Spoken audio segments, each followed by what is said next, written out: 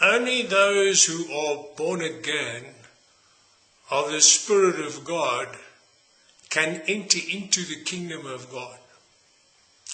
They are the sons of God, the children of God, who are led by the Spirit of God.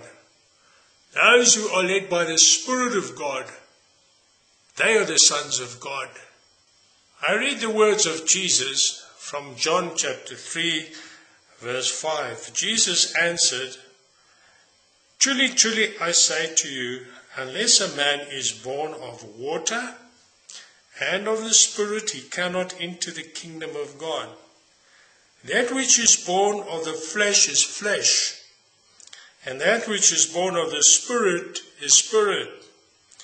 Do not marvel that I say to you, you must be born again. The wind blows where it wishes, and you hear the sound of it, but do not know where it comes from and where it is going. So is everyone who is born of the Spirit." People want to plan and control their own lives. But if you are born of the Spirit of God, then you are led and controlled by the Holy Spirit. You do what the Spirit of God guides you into doing. You are not in control anymore. You follow Jesus Christ wherever he sends you. You do the will of God because you belong to the kingdom of God. And if you are not born again of water and of the Spirit of God, you cannot see the kingdom of God. You cannot hear the Spirit of God speaking, guiding you.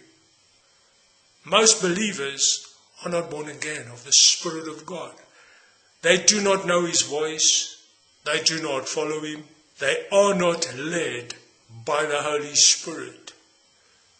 Those who are led by the Spirit of God, they are the sons of God. Are you led by the Spirit of God, or do you follow after your own desires? Do you plan your own life, or do you follow Jesus Christ? Are you truly born again, and do you belong to the kingdom of God? Do you serve the King and go where he sends you? Do what he tells you to do? Do you serve the kingdom of God?